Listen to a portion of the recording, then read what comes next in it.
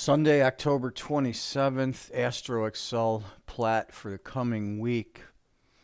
Starting with the green line, you can see we've got this continued downward pressure bottoming out at about the time the market opens tonight at 1800, where we're down around the minus 24 area.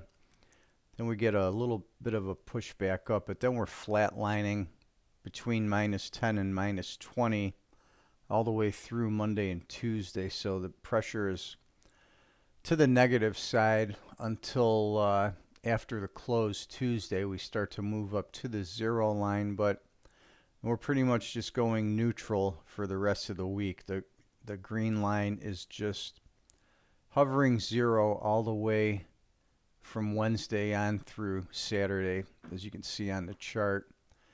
The blue line, we've got some key spikes. First key spike, these are all inside the 10s, Monday and Tuesday. First key spike is late Tuesday, 1900. And then we've got 1700 on Wednesday. We've got a big one here at about 9 a.m. on Thursday, the 31st. And then that's really it for the week. So the Astro Excel pressure is down in the week early and then neutral the rest of the week from Wednesday onward.